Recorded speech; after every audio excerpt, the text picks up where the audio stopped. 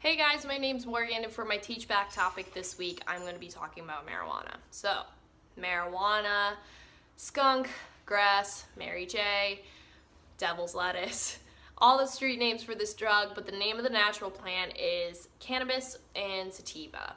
So it's made of two chemicals, THC and delta-9 tetrahydrocannabinol. Say that 10 times fast. It is a mind-altering substance that gives you the chemical high that makes you feel relaxed, calm, drowsy, and you can either smoke this drug, you can eat the drug, and you could drink the drug. And the reasons why you could do that is you could take the oils from the plant and put it in your cooking or put it in like your drink, like tea or something, whatever you like.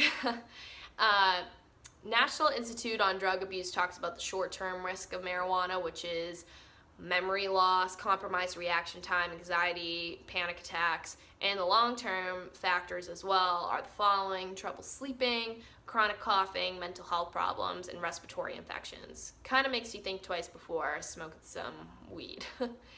What conflicts me about marijuana personally is it is a medical supplement, and if this drug is so bad, and like I said with my short-term, long-term, why are we giving it to cancer patients, HIV patients? And I understand with this drug for medical reasons like cancer or HIV, it helps them have an appetite again during their treatment when they're taking chemo and their supplements that are suppressing their diet.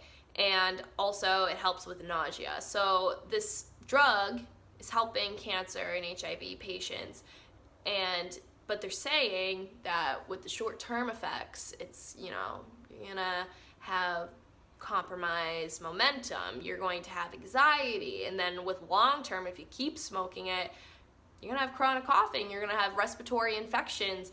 And so then why are we legalizing it for medical usage when it's gonna be bad for you in the long term? And I mean, I understand it's like cigarettes. So with tobacco, nicotine, whatever, if you're going to keep smoking it long term, obviously there's going to be some issues like your lungs, your teeth, your skin. But with marijuana now it's like even worse, but I don't understand that if this drug is so bad, then why are we giving it to people with these great illnesses? And I understand though that if they keep smoking in general, anyone keeps smoking recreationally, then obviously there's going to be some long-term effects, and just like smoking tobacco. But now they're saying, it's good enough for people with illnesses that, hey, it's fine, it's not going to affect you. But with recreational users, they're like, these are the factors, these are the short term, these are the long term. So what's with marijuana? Is it good for you? Is it bad for you? Personally, I think it's good for you. It helps also people with anxiety. If you have anxiety, it relaxes you and it calms you. And it's also helping people, it's not a huge factor into people fighting against cancer, but it's helping them, gain their strength so they can keep eating, and helping with nausea so they can go day by day.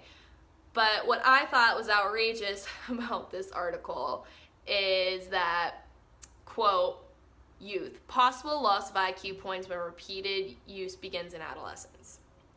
Okay, so I don't understand this because I've known people since middle school and throughout high school who smoked marijuana, and they're in great colleges, they got in. So I don't see any like IQ points getting docked by them because they've made it to pretty great places, and I think that's a little bit ridiculous. I do not believe that's true, and I think it's maybe just a scare factor, be like, you're gonna lose IQ points if you start smoking.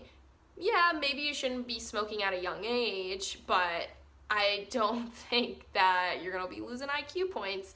And I think that if people are so scared of this drug, or our government or the scientists who are researching this drug, and they're saying it's so bad for you and whatnot, then why did we legalize it in Massachusetts? Why is it being used as a medical drug or a supplement? I don't understand. And also, if they're like, oh, long-term risk, it's going to be this bad for you, then why is in Massachusetts now each person in a household can grow 4 plants for each head who lives in the house? So it's kind of like, is this drug really bad for you? Then why are we legalizing it and now being like, hey, you can grow 4 plants. Hey, you can do this with this drug and you could get your medical license and whatnot.